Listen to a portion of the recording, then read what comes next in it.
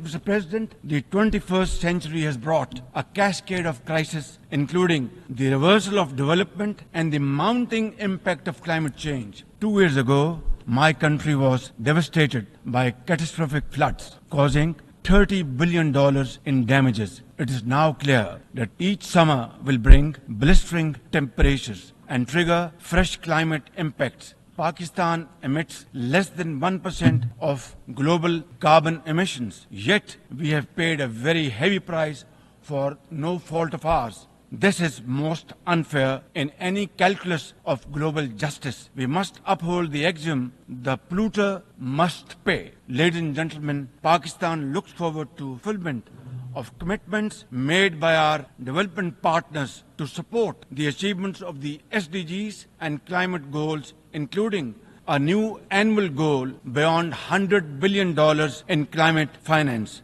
Mr. President, with nearly 100 developing countries trapped in the vicious cycle of debt and liquidity crisis, which I always call a death trap rather than debt trap, achieving the SDGs in these circumstances remain a distant mirage. The international financial architecture, which the Secretary General has described as morally bankrupt, and the world trade and technology regimes must be reformed and aligned to promote development and global equity.